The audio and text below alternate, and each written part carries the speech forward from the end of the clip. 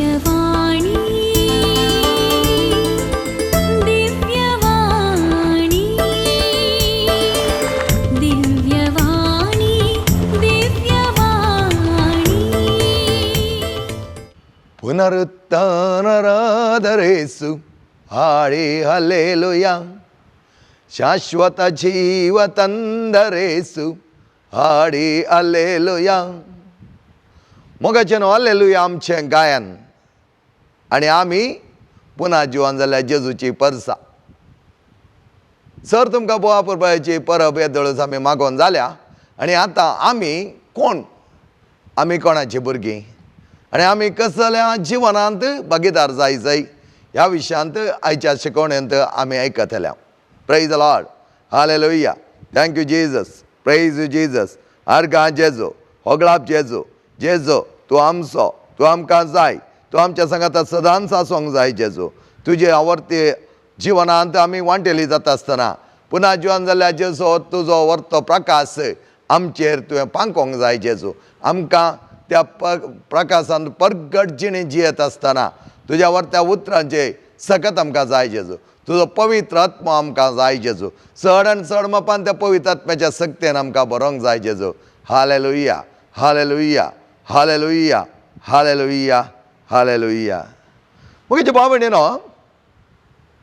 आमी वांजेलान पळयलें जाल्यार जेजूच्या मोगाचो सीस जुवांव आनी जुवांव जेजू सांगता केदाळे आसतालो जेजू सांगता पेद्रो जाकोब आनी जुवांव केदाळय त्या जाणांक तो आपोवन व्हरतालो आनी अशें आसता 11चे घडये जुवांव बियान धांवोंक ना जेजूच्या कुर्सा मळी तो आसलो त्या देखून जेजून आपल्या आवयक जुवांवक दिवंक जालें ही तुजी माता म्हणा लागलो आनी आपल्या आवयक म्हणा लागलो हो तुजो पोतो कित्याक जुवांव थंयच आसलो आनी जुवांव विशयांत आमी आयकलें जाल्यार जुवांव जेजूक व्हरता मोगाचो इज रिक्लायनींग एट द बोझम ऑफ द लॉर्ड म्हणटा म्हळ्यार ताच्या काळजाक लागीं तकली दवरन जेजू सांगता एक जावन जियेल्लो सीस तो आनी तसो सीस त्याच कुर्सा मळी आसतना जेजूच्या कडवळ्या धांवन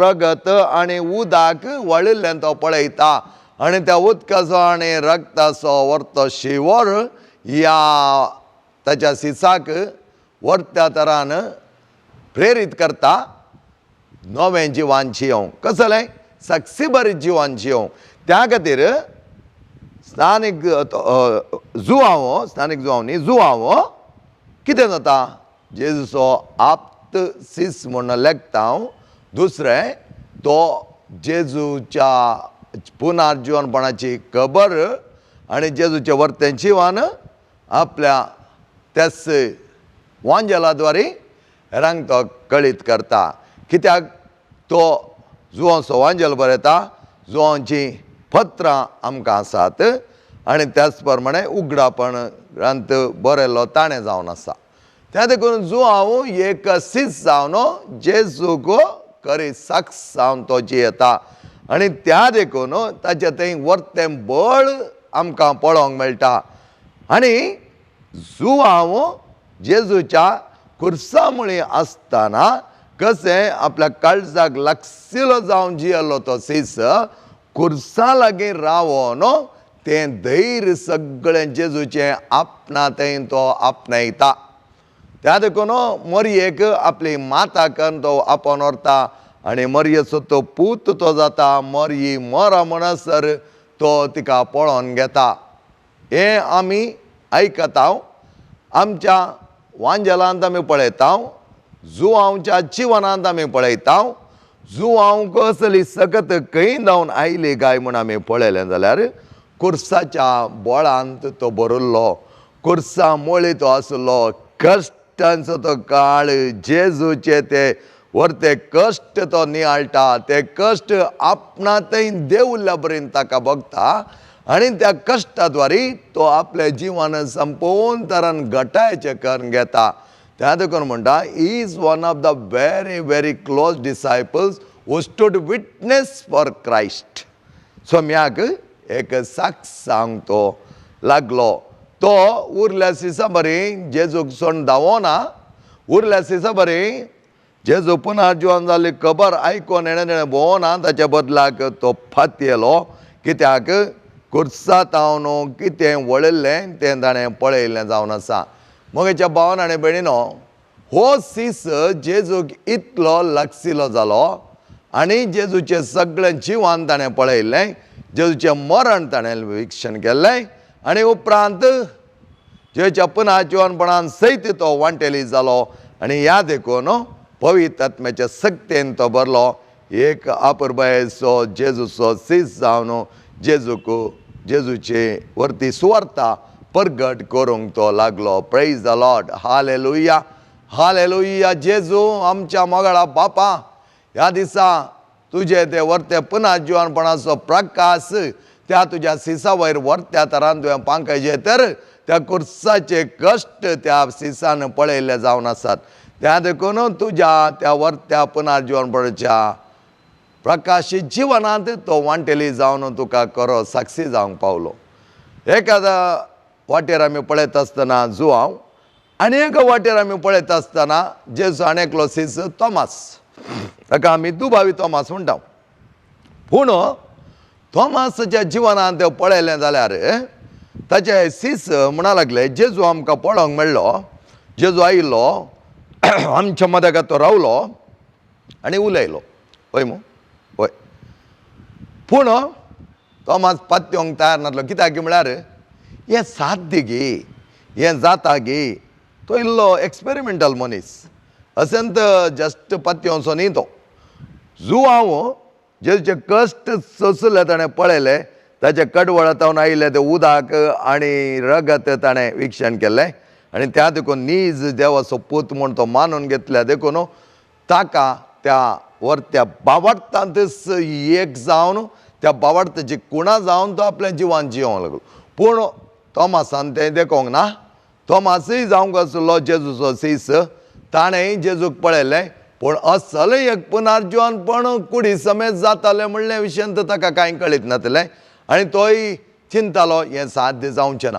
पूण सिसांनी सांगल्या वेळार तो दुबावलो आनी तो म्हणा लागलो, हांवें पळयल्या शिवाय हांव तें पातयेवचो ना. असो अर्थ तोमास जेजूवर पातयेणी नातुल्लो म्हण न्हय. तोमासाकी बरी पातयेणी आसली, तोमासी पातयल्लो.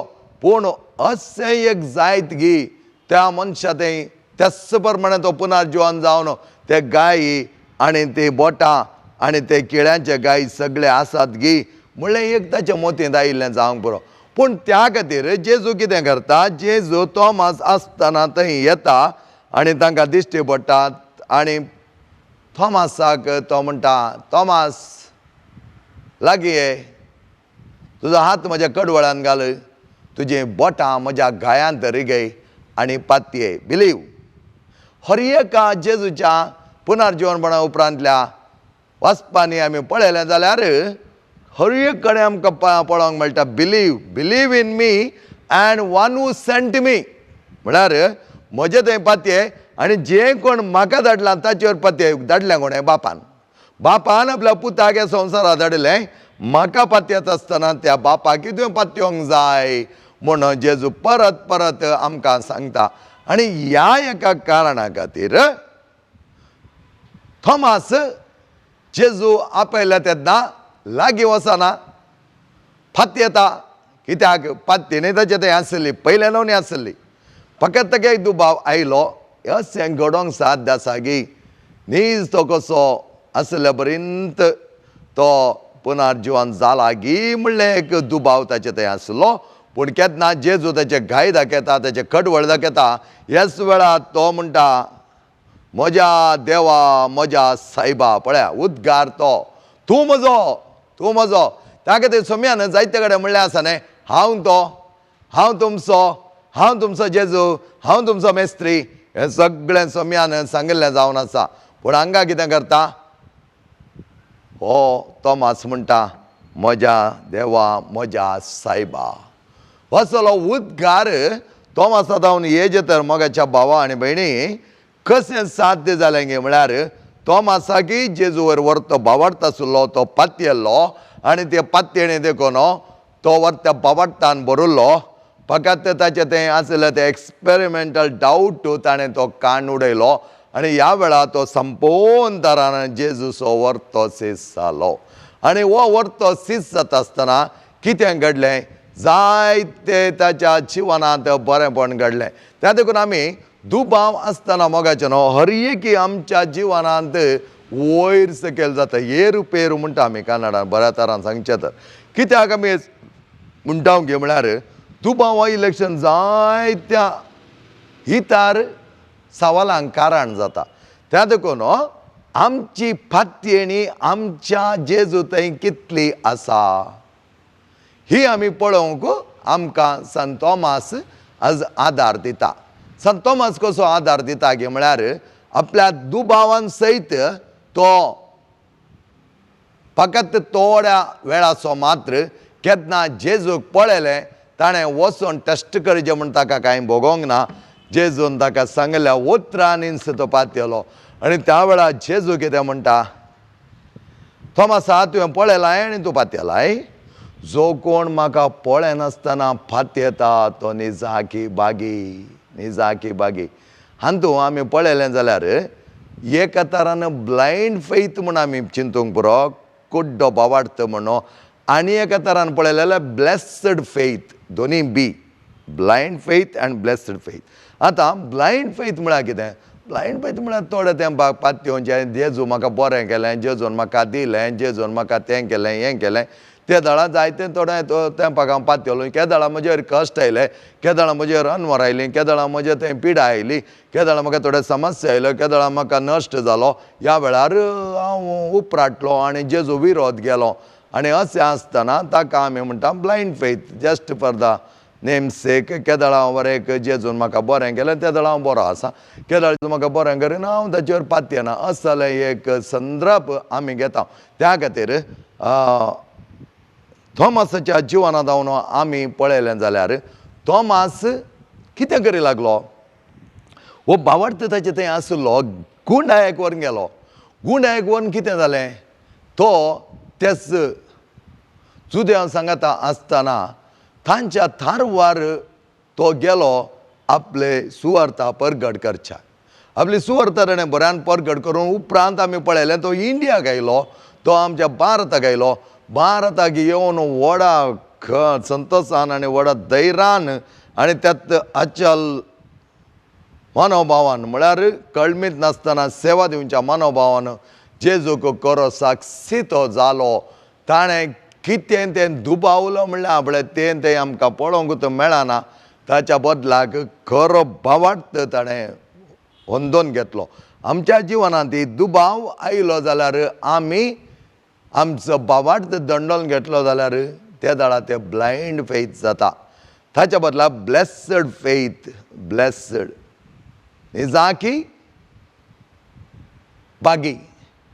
निजाकी खुरपेन बरयल्ल्या बरी आमी जावच्याक आमचे भावार्थ ब्लेस्ड जावंक जाय आनी त्या प्रमाणे ब्लेस्ड जायचे तर आमी सोम्या थंय एक जावन to cling to our Jesus ताका आरोवन दवरूंक ताचे सांगा ते एक जावन जियोंक थॉमास आनी जुवांव हे दोग सीस आमकां एक आदर्श जावन आसात थॉमास उपरांत इंडियाक येवन त्या थॉमस क्रिश्चन्स म्हणटा आज आमी केरळाक चड आमी उलयता आनी त्याच प्रमाणे त्या चेन्नईन मेड्रासांत ताचे जायते मिसांव ताणें केल्लें म्हूण आमी पातयेता त्या देखून आज इंडियान पळयल्यार थॉमस क्रिश्चन्स म्हणटा आमी आनी थॉमस क्रिश्चन्स म्हळ्यार कितें थॉमस क्रिश्चन्स म्हळ्यार खरो भावार्थ तांच्या काळजांत तो रोंबोन आसा म्हणल्यार बरें आमी आज पातयेवन आसा मोगाचें न्हू आनी तस जाल्यार त्या पातयेणेंत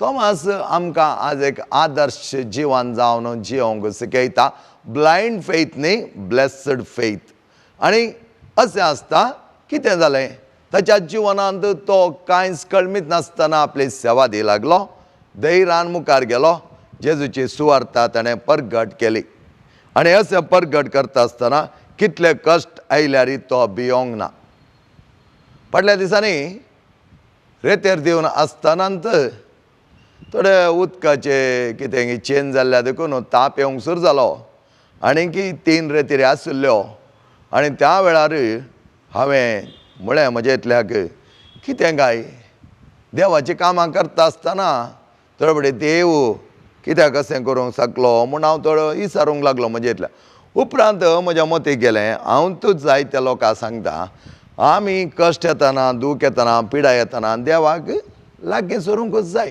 ताचे सांगत आसूंक जाय कशें बरें दिता आसतना आमी घेता हांव तेच प्रमाणे आमकां पिडा आनी येता आसतना आमी घेवंक जाय म्हणल्या भशेन जायत्या जाणांक हांव सांगता आसतना त्या वेळार म्हज्या मतीक गेल्लें एक आठव आमकां पिडा येता आमकां कश्ट येता आमकां नश्ट जाता आमकां समस्या येता ते हे येता आसतनाय आमी जेजू तावन पयस वचचें न्ही कळमीत नासतना आमी जेजू सांगता आसचें त्या देखून हांव भियोंक ना जायत्या जाणांनी सांगलें जाल्यार इतले कश्ट काडून कित्याक कॅन्सल करूंक जायना गे वचनासतना रावोंक जायना गे वय जायतो कश्ट आलो जायते ताप आयलो जायते कंकले न्हीद ना सगळे रात जाल्यार हांवें जेजूक म्हळें एकच जेजू तुवें म्हाका नेमलाय तुवें कितें जें दिलाय त्या प्रमाणे तूं म्हाका कर आनी हांवें ताचे कडेन एक म्हळें दैवी काकूचें परब येवन आसा आनी तूं म्हाका गूण कर आनी हांव तुका खंडीत जावन मान करतलों हांव तुका खंडीत जावन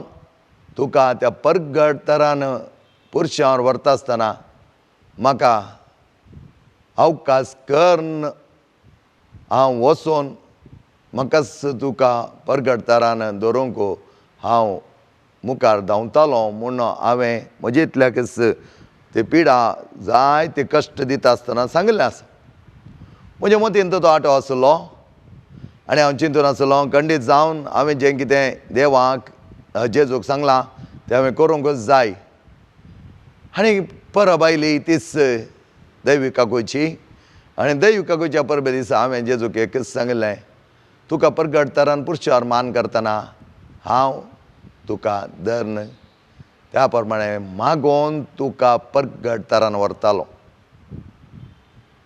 तें म्हजें काम न्ही कित्याक म्हळ्यार हांव आराधन करन त्या पुरशांच्या व्यानाक म्हणसर मात्र जेजूक हांवें व्हरोंक आसलें आनी परगट तरान व्हरता आसतना हांव चड जावन एका पुरशांवांत मुखार वचोन आसतालो चलोन आसतालो पूण त्या दीस अशें घडलें की जो याजाक त्या पुरशांवार जेजूक मान करूंक व्यानार तो सक्रामेंतान वचोंक आसचो ताका बिसायबाका हाडूंक तेच वेळार वचोंक आसलें 10 वरार आनी आमचो पुरशांव आराम जालो 9:30 वरार 10:30 वरार तो पुरशांव वांक्यार जावं ह्या वेळार दुसरो याजाक आमी नेमूंक नातुल्लो आनी त्या वेळार म्हाकाच थंय वचून जेजूक परगट तरान व्हरचें भाग लाभलें आनी त्या वेळार हांवें जेजूक म्हळें जेजू तुका हांवें सांगलें जेजू म्हाका तें पावो कर आनी हांव खंडीत जावन येतालोच म्हूण आनी तुवें म्हाका तें पावो केलां केदें व्हर तें भाग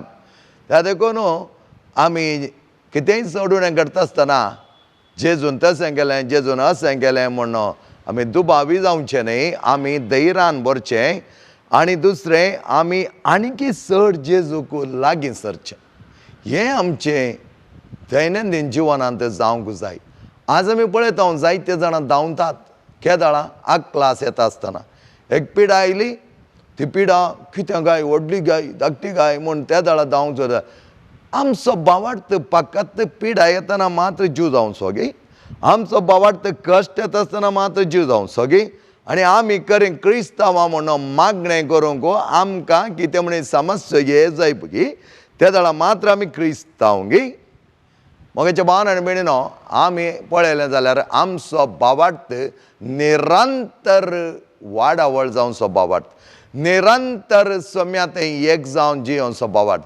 कितलेय कश्ट येवं दी कितेंय येवं दी भावार्थाची दंडवणी मात्र जावंक नजो दुसरें हो भावार्थ म्हजो पर्सनल वैयक्तीक तरान हांवें तो करून घेवंक जाय त्या दाळा आमच्या जिवनांत कितें जाता तोमासा बरोय आमी सुभद्र जाता आमचे थंय कितेंय दंडवणी आयली आमकां कितेंय पिडा आयली आमी अतंत्र जायना स्वतंत्र तरान सोम्यात एक जावन तो भावार्थ आमी उसारूंक जाता आणि ते सक्सी बरी जिवान आदर्श जिवान हेरांक देवा थंय लागीं ओडूंक शकता.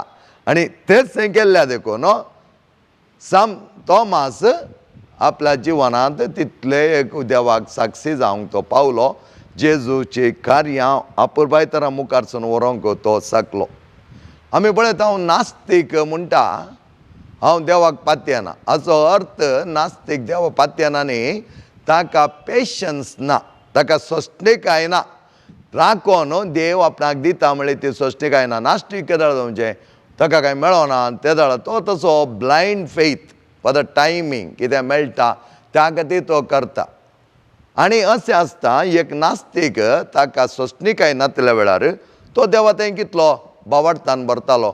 त्या देखून तो म्हणटा देवूच ना, हांव देवाक पातयना, म्हाका देव कोण म्हूण गोतू ना. देव म्हणल्याचो अर्थ ताच्या थंय आसा, पूण ताका सोंसणीकाय नासल्या देखून तो देवाक पातयना म्हूण सांगता, पूण देवाची वळख ताका आसा. आमच्या जिवनांत ही सोंसणीकाय भोव गरजेची. सोंसणीकायेंत आमी जियोंक जाय. त्या खातीर आमच्या जिवनांत वैयक्तीक जिवनांत हर एका घडये आमचे भावार्थांत आमी जियोंक जाय, भावार्थांत आमी वाडोवंक जाय, भावार्थांत आमी मेटां सोडोंक जाय. असलें जिवन आमकां देवूच रचून दिता आसतना सोम्यान म्हणलें उतरां बिलीव इन मी, म्हजे थंय पातयणी दवर. आनी पुनर्जीवनपणाची परब जाली आनी ती संपली न्हय.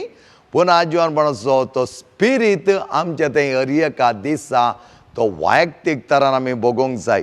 वैयक्तीक तरान भोगचें म्हळ्यार कितें, पवित्र आत्म्याची सकत आमी मागोवन घेवची आनी पवित्र आत्म्याच्या सक्तेंत दीस वेता वेता वेता आमची वाडावळ जावची. आनी तसलें बरेंपण जेजू आमकां दिता आसतना सोम्याच्या वर्त्या हाताखाल आमी रावया. सोमी कितें म्हणटा, सोमी म्हणटा समाधान तुमकां, म्हजे थंय एक जाया. सोम्याचे पुनर्जीवनपणा उपरांत तो आपल्या शिसांक दिश्टी पडलो खंय, त्याच तिबेरियस सरोवराच्या बोवारी. कित्याक तेणेंच सोमी तांच्या सांगात आसलो, तांकां सोम्याची परिचय आसली. त्या देखून त्याच जाग्यार परत परत तो येता आसतना भावार्थान ते बरोवंक, भावार्थाची वाडावळ जावच्या खातीर तो तांकां दिश्टी पडटा. आनी तांचे भावार्थ आनीक घट करच्या खातीर तो तांचे कडेन म्हणटा कितें म्हणून तुमचे कडेन खावंक आसा गी. ते एक मासले कुडकाण दिता, तो खाता आनी आपूण तुमचो सोमी म्हणून तो दाखोवन दिता. त्या वेळार आमी वांजेलान पळयलें जाल्यार कितें म्हणटा, ते ताचे सीस ताका पळोवन भावार्थान भरले आनी ताका पातयले आनी विजमेज जाले आनी संतोशान भरले. परत थोडे दुबावले. कित्याक म्हळ्यार अखंड भावार्थांत भरिल्लो मनीस हालना.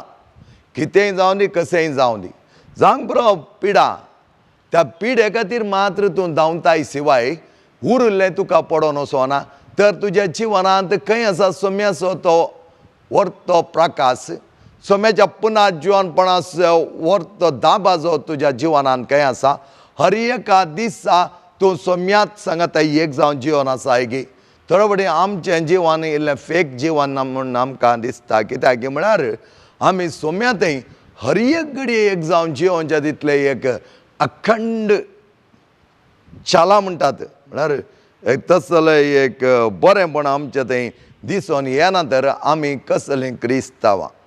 तें देखून आज जायते फांटे गिंटे जाल्यार लोकांक कितें पळोवचें जावन आसा, म्हाका खंय बरें जाता, म्हाका कितें जाता, म्हाका म्हज्या पिडेक खंय काय म्हणे मेळटा की म्हण धांवचें कोणार ह्या संवसारांत आशिल्ल्या मनशा फाटल्यान धांवचें. म्हज्या भावान भयणीनो, तोच भावार्थ आज आमी ह्या रितीर येणें तेणें फांटे गिंटे करना एका दिसा कितें जातालें म्हण आमकां कळीत ना. कित्याक लोक धांवणेर आसा. लोक रावन आपल्या सोम्याच्या वर्त्या जिवनांत वांटेली जावचें आमकां पळोवंक जाय. त्या खातीर आमी असलें तात्कालीक तरान मनशाक वडचें, तात्कालीक तरान ताका एक मेस्मरायज करचें. असलें जिवन आज आमकां जाय तें पळोवंक मेळटा. बरें करून दी, बरें करचें नाका म्हण हांव. बरें करता जाल्यार बरें धांवन वचोन आसल्या हॉस्पिटलांत आसल्या सगळ्यांक बरें करून. पूण आमी आमच्या फायद्या खातीर थोड्यांक घेवन थोडें कर्ण थोड्यांचे दोळे आमी थोड्या दिसां बांदयेत पूण तशें करूंक न्ही. तुमी जेजूच्या शिसांचें जिवन पळयलें जाल्यार कोणेंय त्या प्रमाणे कोण ना की पाटलाव करूंक आपोवंक ना. कश्ट काण जेजूच्या वर्त्या जिवनान तसो कुरीस वोवन ताचो पाटलाव करूंक आपयला. शिवाय अशें इजी वेस दाखोवच्या खातीर न्ही. जावंक पुरो लोक कुडसता, जावंक पुरो लोक धांवता, आमी कोणूच ताका विरोध न्ही. जाल्यारय अशें धांवुल्ल्याचो परिणाम जावन फाल्यां सकाळीं ही गजमतां फांटे जावन विंगड जायत जाल्यार ताका आमी कारण जाता. हें कारण आज आमी जायते जाणां चिंतिना. जावंक पुरो थोडे याजाकी चिंतिनात, धार्मिकी चिंतिनात, लायकी चिंतिनात. कित्याक गे म्हळ्यार आमकां जाय पब्लिसिटी, आमकां जाय पॉप्युलॅरिटी, आमकां जाय हेरांनी आमकां मेसोवचें. हें एकलो मनीस म्हणटा, don't do anything because others expect you. हेरां कितें चिंतात म्हूण चिंतून तुजें जिवन तूं जियेनाका. It is one of the greatest regret. हेरांक तुजे लागीं व्हडच्या खातीर कांयच करूंक वचनाका. देवाच्या सक्तेन तें कितें आसा त्या प्रमाणे जिये. देवाक कळीत आसा. हांव केदाळा म्हणटा, देवाक कळीत आसा खंयच्या तरान आमी आमचें जिवन जिये जाय. तें सोडून आमी आमचेंत जिवन करूंक गेल्याव आनी आमचेंत दाखोवंक गेल्याव आनी चार लोकांक दोळ्यांक माती घाली जाल्यार ताका आमी लेख दिवंक आसताले. थोड्यांनी येदोळूच दिलां आनी आमी दिवंक आसतले. बरें करच्याक आमी केन्नाच ना म्हणून हांव, पूण बऱ्याच्या नांवार हेरांक दोळ्यांक माती लावन तें सारकें हें सारकें म्हूण आमी केलें जाल्यार फाल्यां सकाळीं त्याच मनशाचो बावार्थ दंडळ्ळो जाल्यार आमी ताका कारण जाता. त्या देखून जें कितें ही गजमतां चलोवन आसा त्या 2000 वर्सां जावन त्या शिसांच्या हाता खालती आशिल्ली चलोवन आसा त्या प्रमाणे ती चलोवंक आमी देवा लागीं मागचें. आनी देवाक कितें करूंक आसा, मनीस कांय करूंक शकना. जावंक पुरो आज आमी मनशाच्या फाटल्यान धांवता आनी म्हणटा देव आमकां बरें करता. देवाक एक कडेन बरें करूंक सांगता आनी देव बरें करतलो. या आमी त्या मागण्यांत एक जावया. ह्या जेजू लागीं आमी सांगया, जेजूचे वयर आमचो बावार्थ दवरया. अखंड बावार्थांत सेंट थॉमसा बरें, जुआंव बरें, आमी देवाक लागीं सरया. देवा सांगातच एक जावन रावया. ताच्या कुर्साचें बळ आमी जिवंत आसतना, ताच्या कुर्साचें बळ आमी सागता आसतना पुना जिवन जाल्यार क्रिस्ताचो प्रकाश आमच्या जिवनांत आमकां पळोवंक मेळटलो. त्या प्रमाणे आमी ताची सेवा करच्याक खरें सक्सी जावन अपुरबाय तरान सोम्याच्या वर्ता जिवनांत वांटेली जातले. आनी वेळा काळाक सारकें जावन आमचो भावार्थ आमी वाडोवंक जाय. भावार्थ वाडयता आसतना जें खंयच्या प्रमाणे वचो जाय म्हणल्या विशयान पवित्र आत्मो आमकां जागवण दितालो, पवित्र आत्मो आमकां जागरण करतालो, पवित्र आत्मो आमचो वांटो नीट करून दवरतलो, पवित्र आत्मो स्वताचें मूळ आमकां शिकयतलो. त्या प्रमाणे जियोवच्याक पुनर्जीवन क्रिस्ताचो प्रकाश तुमचेर तो पांको तुमकां सदांच तो राखो आनी तुमच्या जिवनांत चड आनी चड मापान देवाचे वर्ते आशिर्वादा पुनर्जीवन क्रिस्ताचो प्रकाश सदांच परजळ अशें तो करूं. विनोद गांगुळी आनी तेज्या टिमाक आनी आमकां सर्वांक जाय जाल्यार बरेंपण दिवच्याक जेजू क्रिस्त ते आमी मागया. सुम्या जेजू आमकां तुज्या मोगाचें भुरगीं कर. तुज्या वर्ता पुनर्जीवनपणांत वांटेली आमकां तुवें केलाय.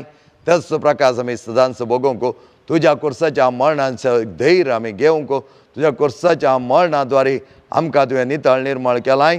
तेच निर्मळपण सदांच सांबाळूंक आनी आमची काळजां मनां बऱ्या तरान दवरूंक जाय जाली सर कृपा तूं दी.